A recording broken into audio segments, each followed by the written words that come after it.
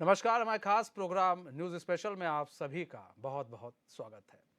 OPS नहीं तो question mark.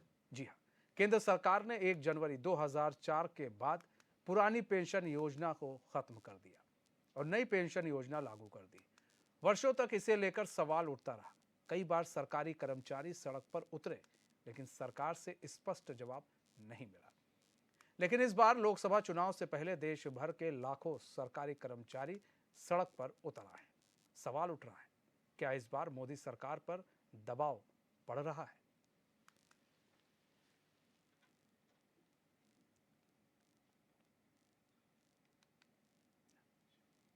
तो पुरानी पेंशन बहाली को लेकर आपने देखा था किस तरह से दिल्ली में हजारों की संख्या में लोग पहुंचे थे और उन्होंने पुरानी पेंशन बहाली को लेकर सरकार पर तमाम तरह के आरोप लगाए थे। सरकार के खिलाफ नारेबाजी भी की गई थी और कई राज्यों में जिस तरह से बताया जाता है, आपने देखा होगा, हिमाचल की बात कर लें, और भी कई राज्य हैं जहां पर पुरानी पेंशन जो व्यवस्था है उसको बहाल किया गया, जहां पर कांग्रेस शासित राज्य है। अब ऐसे में ये मांग उठ रही है। 2004 में इस पर रोक लग गई थी, पूर्ण रूप से पुरानी पेंशन बहाली को लेकर रोक लग गई थी। अब नई पेंशन जो योजना है वो चल रही है। लोगों को कहना है कि भाई इससे बड़ी दिक्कत हो रही है।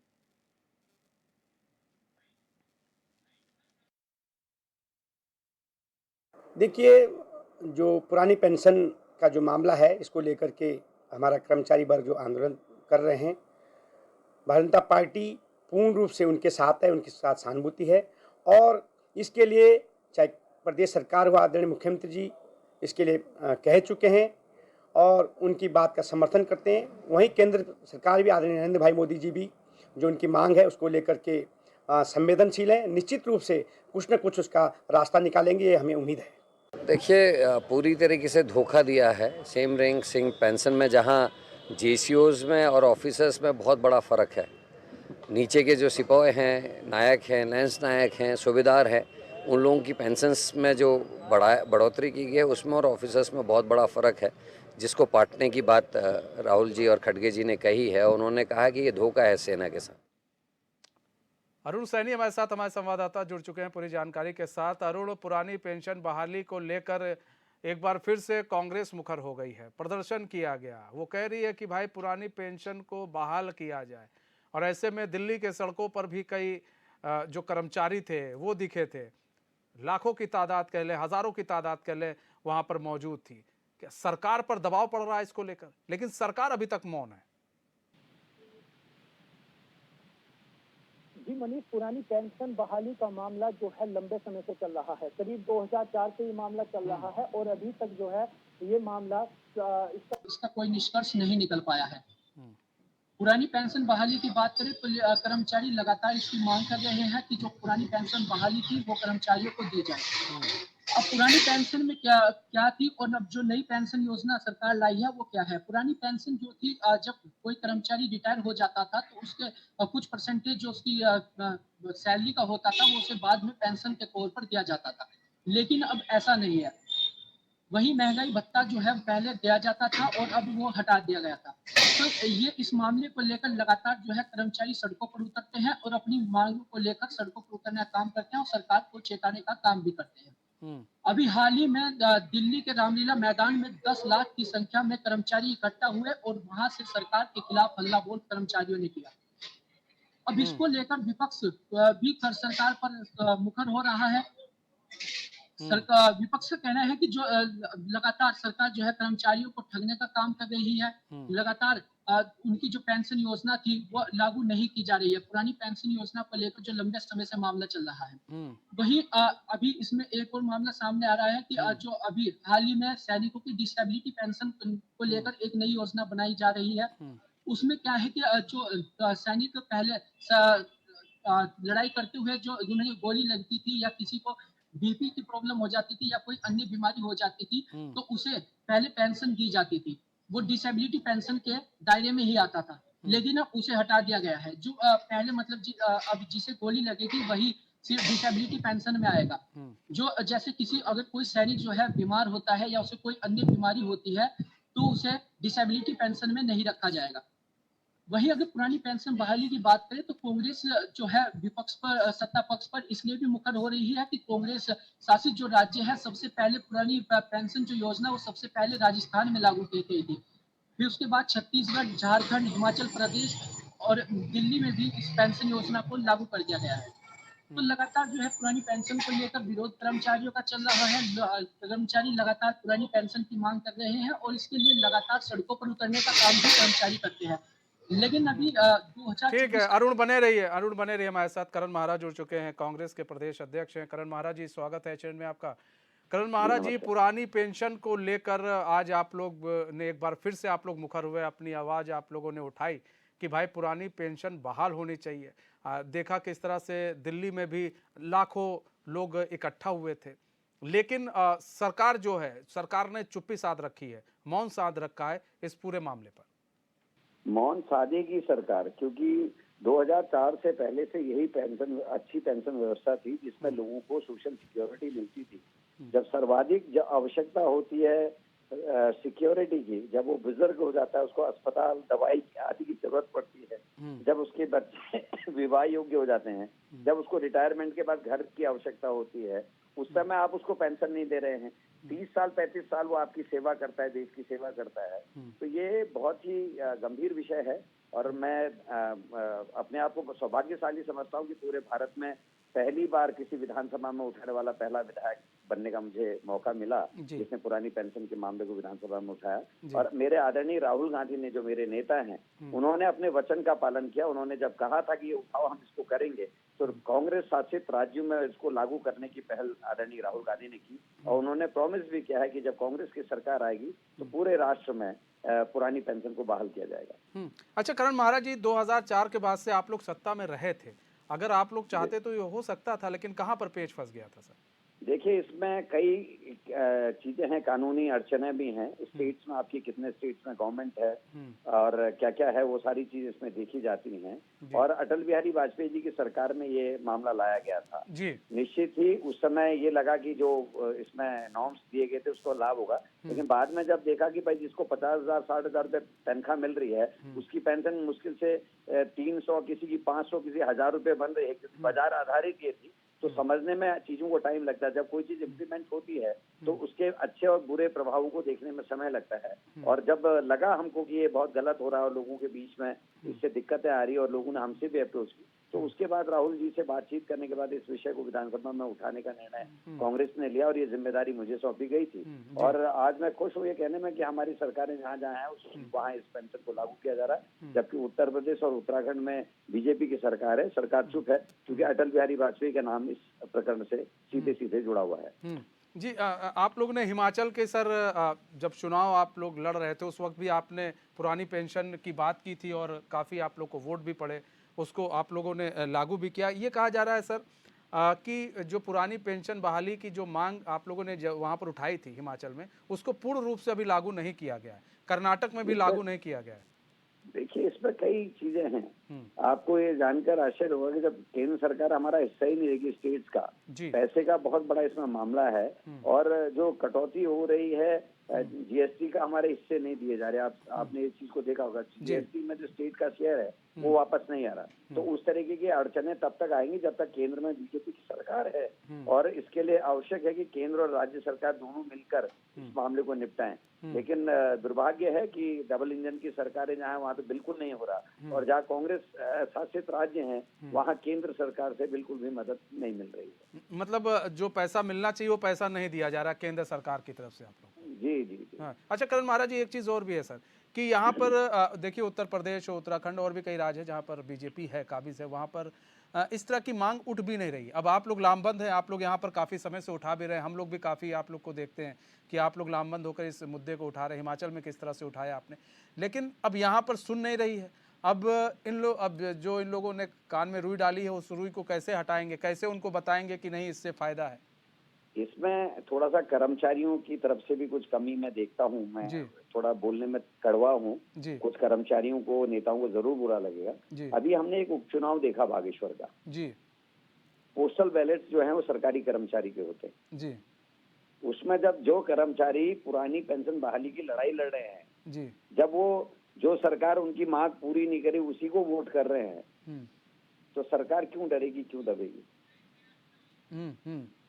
जी तो ये भी कारण है, हम्म जब सरकार से मिले हुए कुछ लोग हम्म, इस तरीके की चीजें करते हैं, उससे आंदोलन कमजोर होते हैं। जी सरकार को भय लगना चाहिए और सरकार को जेन्युइन चीजों को मानना भी चाहिए। जी जो जेन्युइन डिमांड्स है, मैं कह रहा हूँ ना, जब बुजुर्ग आदमी होता है 30-35 साल जवानी के, वो सरकार की और राज्य की, देश की सेवा में लगाता है। जी जब सर्वाधिक उसको सोशल सिक्योरिटी की जरूरत होती है, जब उसकी बेटी की शादी होती है, जी जब उसके मकान की उसका आवश्यकता होती है, जब उसको दवाइयों की आवश्यकता होती है, उसके माँ बाप खुद बहुत बुजुर्ग हो चुके हैं तो उनकी तिरमदारी की आवश्यकता होती है, उस समय हम उनको बिना किसी पैसे के घर भेज रहे हैं, तो ये निश्चित ही इससे लोग इनसिक्योर फील कर रहे हैं। और ये आंदोलन नहीं है, ये असल में जरूरत है, आवश्यकता है।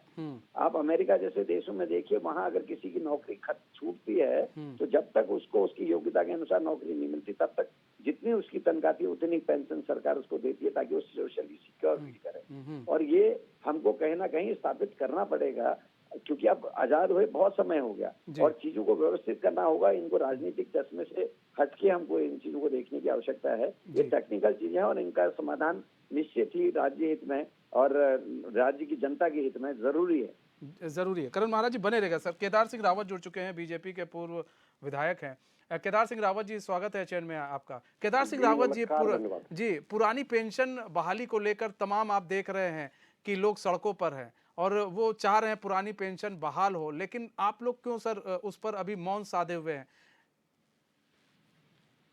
नहीं, मौन तो नहीं है, बात रखी जा रही है, उनकी पार्टी फोरम पे भी रखी हुई है जी, आगे भी बढ़ाई गई है। हाँ, ये सरकार को निर्णय करना है जी, जैसे मैं देख रहा हूँ कुछ राज्यों में राज्य सरकारों ने अपने स्तर पर निर्णय दिए हैं, जी, लागू किया है ओल्ड पेंशन स्कीम को जी, न्यू पेंशन स्कीम के जगह पे।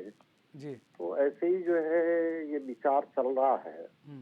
और ये तो सही कह रहे थे अभी हमारे साथी की, ये कर्मचारियों पे भी डिपेंड करता है कि उनके आंदोलन में कितनी शक्ति है, कितनी ताकत है। जी, क्योंकि सरकार तो जो है थोड़ा दबाव में ही जो है मानती है बात को, तो ये उनको भी देखना है। और ये बात सही है कि जो पहले से जो चल रही थी ओल्ड पेंशन स्कीम, जी, उसमें कम से कम जो सरकारी कर्मचारी थे उनका जो है फ्यूचर सिक्योर था। वो रिटायरमेंट के बाद भी उनको ठीक ठाक जो है वो बेनिफिट्स मिल जाते थे, पेंशन मिल जाती थी, अदर बेनिफिट्स मिल जाते थे, ताकि उनके रिटायर्ड लाइफ में किसी भी प्रकार की कोई दिक्कतें न हो। बच्चों की भी लाइबिलिटीज बढ़ जाती हैं, स्वास्थ्य की भी समस्याएं आती हैं, पारिवारिक और अन्य कई जिम्मेदारियां बढ़ती हैं, तो आसानी से जो है उसको पूर्ति कर सकते थे। तो सर इस चीज को सरकार, मतलब अब आप ही की सत्ता में, आप ही सत्ता में, आप लोग समझा तो सकते हैं ना। आप जैसा आप मुखर होकर बोलते हैं केदार सिंह रावत जी, बहुत अच्छा लगता है कि आप ना पक्ष देखते हैं ना विपक्ष देखते हैं, आप बिल्कुल सीधी बात करते हैं और सही बात करते हैं। और इसीलिए सर हम लोग का आपके प्रति हम लोग का सम्मान भी बढ़ जाता है। इसीलिए तो सीधी बात करने वाली की पिटाई हो जाती है, उसको न जनता समझती है न कोई दूसरा समझता है। नहीं तो सर ये सरकार को क्यों नहीं समझाया जा रहा है सर? देखिए यहाँ पर बेचारी विपक्ष भी यही बात रख रही है। हम अपने स्तर पे जहाँ पे बात होती है वहाँ रखते हैं, लेकिन अब ये तो सरकार को ही निर्णय करना है। सरकार ने, मतलब आप इस चीज को सही मान रहे हैं कि होनी चाहिए? जो हाँ होनी चाहिए। और जो एटीट्यूड है नेतागणों का, एक बार जहाँ ये समस्याएं सामने आई थी, बातें सामने रखी गई थी, तो जो उनका एटीट्यूड था वो भी पॉजिटिव लगा है। अच्छा, कि हाँ हम इस पे विचार कर रहे हैं निश्चित रूप से। तो ऐसा लगता है कि थोड़ा सा इनको भी गति देनी चाहिए कर्मचारियों को, क्योंकि उनका एटीट्यूड भी जो है पॉजिटिव लगा, रुख जो है पॉजिटिव है। ठीक है। करण महाराज जी, केदार सिंह रावत जी भी मान रहे हैं कि देखिए कि होना चाहिए, वो भी कह रहे होना चाहिए, और सरकार पर भाई इस तरह की चीजें होंगी तो दबाव अगर पड़ेगा तो सरकार करेगी भी। देखिए, केदार सिंह जी के साथ मुझे काम करने का लंबे टाइम तक मौका मिला है और मैं जानता हूं कि व्यक्तिगत रूप से ये एक लीडर हैं। आजकल एमएलए एमपी तो बहुत बन जाते हैं, लेकिन जी। लीडर बहुत मुश्किल से मिलते हैं। जी। Is a true leader. उन्होंने कोऑपरेटिव से लेके विधानसभा तक काम किया है और मुझे उम्मीद थी जब आपने नाम लिया कि केदार सिंह जी हैं जी। वहाँ से, तो जी। मुझे उम्मीद थी कि वो पॉजिटिव ही बोलेंगे, क्योंकि वो समझते हैं, जमीन से जुड़े हुए नेता हैं और ये हकीकत है। मैंने कहा था कि राजनीतिक चश्मे से देखने की जरूरत नहीं है, ये टेक्निकल पॉइंट्स हैं हमारे समाज के लिए और हमारे साथ जो रहते हैं, क्योंकि देश जमीन से नहीं बनता, देश बनता है उसमें रहने वाले प्राणियों से, उसमें जी, वनस्पति जो है, जो पहाड़ हैं, जो नदियां हैं, जो उसमें रहने वाले मनुष्य हैं, उन सब से मिलकर ये राष्ट्र बनता है और उन सबको हम कैसे संरक्षित करते हैं, पोषित करते हैं, ये इम्पोर्टेंट है। और कर्मचारी अभिन्न अंग है हमारे और उनकी बदौलत हमारा राष्ट्र चलता है, तो हमको कर्मचारियों के हित में भी सोचने की आवश्यकता है और पुरानी पेंशन बहुत ही आवश्यक है।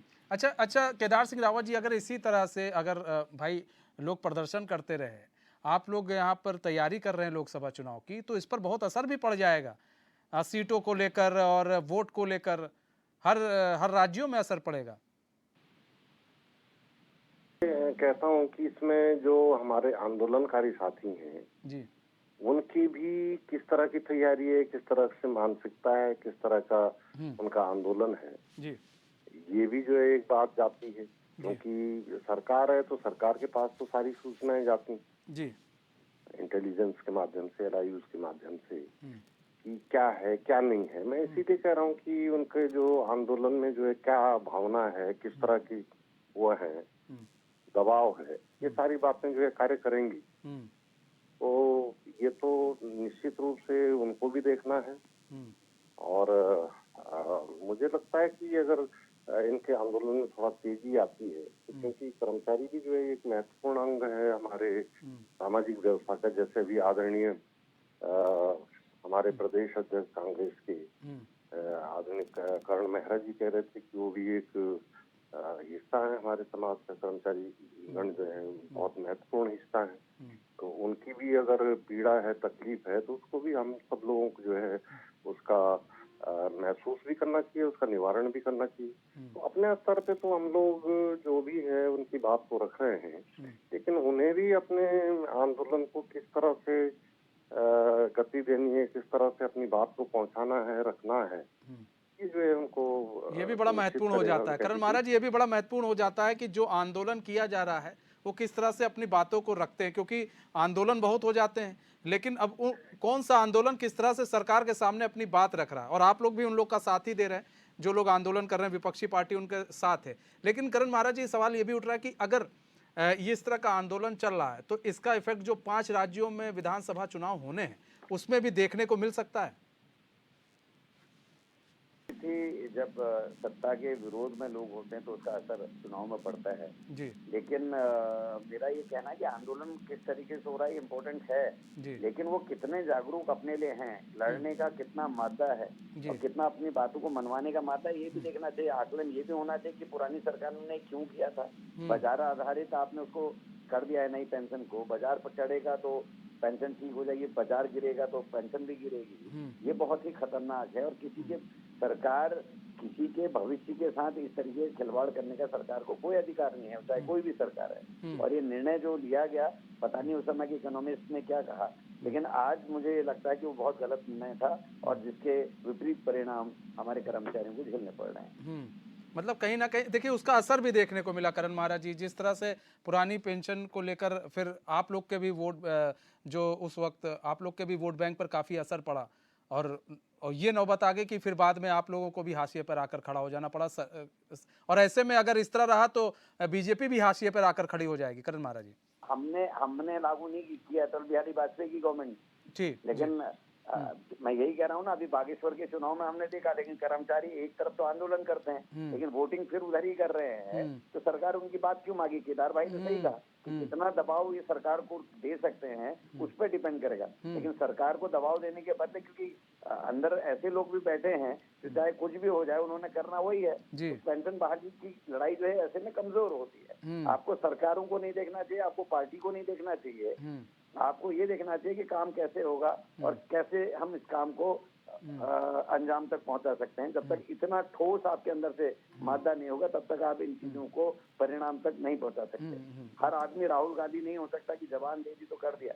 500 रुपए का सिलेंडर कहा था तो छत्तीसगढ़ और राजस्थान में कर दिया, लेकिन पुरानी पेंशन बहाली कहा था तो कर दी। हर आदमी राहुल गांधी नहीं हो सकता, इसलिए नेताओं की नस को पहचानते हुए कर्मचारियों को अपने निर्णय लेने चाहिए। अपने निर्णय लेने चाहिए। बहुत बहुत धन्यवाद केदार सिंह रावत जी, करण महाराज जी हमारे साथ जुड़ने के लिए और अपना बहुमूल्य समय हमें देने के लिए। तुम्हारे इस खास पेशकश बस इतना ही। अब मुझे दीजिए इजाजत, तो खबरों के साथ बने रहने के लिए देखते रहिए एचएन न्यूज़। नमस्कार।